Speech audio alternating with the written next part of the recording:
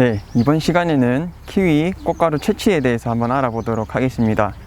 키위는 암나무와 순나무가 따로 있기 때문에 순나무에서 채취한 꽃가루를 암나무에 뿌려주는 인공수분 작업을 진행하게 됩니다. 여기에 앞서 먼저 우리는 키위 숫꽃의 꽃가루를 채취해야 합니다. 키위 꽃가루는 먼저 키위 숫꽃을 따서 거기에 있는 꽃밥을 분리를 하게 됩니다. 그리고 그 꽃밥을 하루 정도 고온에 건조시키면은 꽃밥 안에 있는 꽃가루가 터져 나오게 됩니다. 그러면 꽃밥과 꽃가루를 분리해서 채취한 다음에 그 꽃가루를 냉동 보관하는 단계로 꽃가루 채취가 진행됩니다. 이 채취한 꽃가루를 냉동 보관하였다가 암나무 인공수분에 사용하게 되는 단계로 진행되게 됩니다. 그럼 오늘은 어떤 꽃을 따야 되고 꽃가루 채취는 어떻게 해야 되는지 이 전체적인 과정에 대해서 알아보도록 하겠습니다. 네, 첫 번째는 숫꽃 채취입니다. 숫꽃 채취에서 가장 중요한 것은 피기 직전에 이렇게 팝콘처럼 빵빵하게 부풀어 있는 꽃봉오리를 채취해야 됩니다.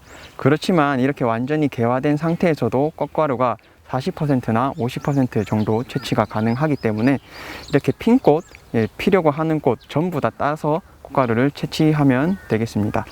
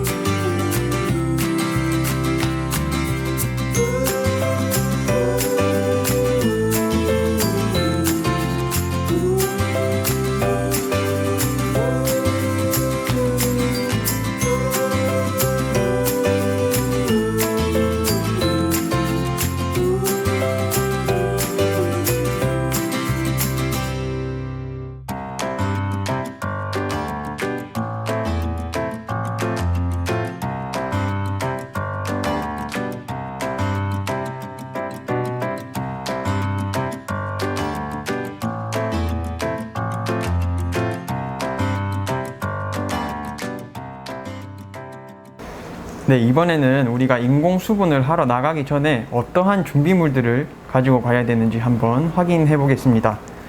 먼저 이 꽃가루가 있어야겠죠? 그리고 여기 보시는 이 분홍색의 석송자라는 착색 증량제가 필요합니다. 여기서 이제 인공수분 했을 때 인공수분을 했다고 표시해주는 이제 색소의 역할을 하고요. 꽃가루가 희석이 돼서 수분이 돼도 과일이 잘 달리기 때문에 꽃가루를 아끼기 위해서 증량을 시켜주는 증량제 역할도 같이 하게 됩니다.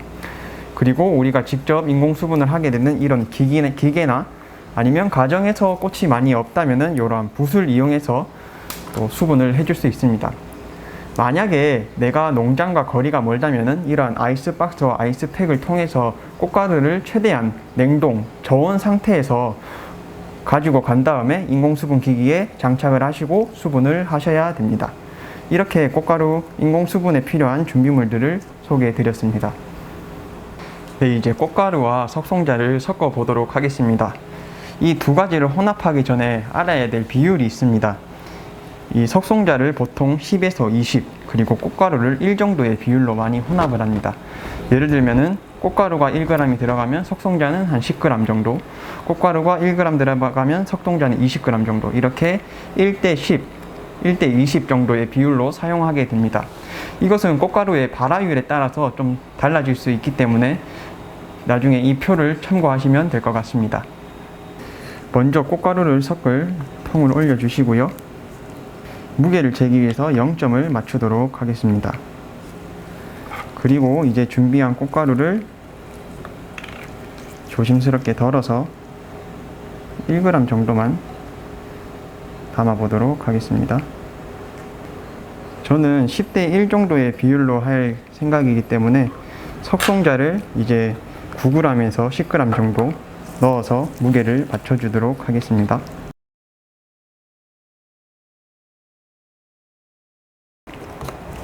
잘 흔들어서 섞어 주시면 됩니다.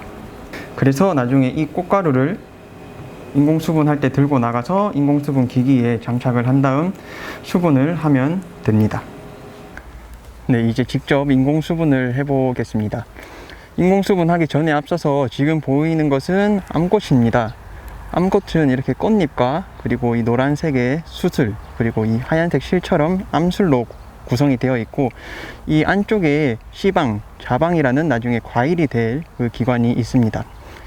인공수분 할 때는 꽃잎에도 하는 것도 아니고 이 수술에 하는 것도 아닙니다. 이 암술 끝부분에 있는 암술 머리에다가 꽃가루를 묻혀주는 것, 그것이 바로 인공수분입니다.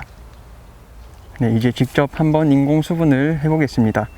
기계로 하는 경우는 이렇게 기계의 노즐 끝을 암술 머리 부분에 갖다 댄 뒤 스위치를 살짝 누르면 이렇게 수분이 완료되게 됩니다. 그래서 이 암술 머리에 골고루 묻혀주는 게 인공수분의 핵심입니다. 네, 지금까지 키위 수꽃가루 채취와 인공수분에 대해서 알아보았습니다. 키위에서 과실을 생산하기 위해서는 인공수분 작업이 꼭 필요합니다. 오늘 설명드린 이 꽃가루 채취와 인공수분 방법을 잘 참고하셔가지고 올해도 내년에도 앞으로도 계속 맛있는 과일을 생산하시길 바랍니다.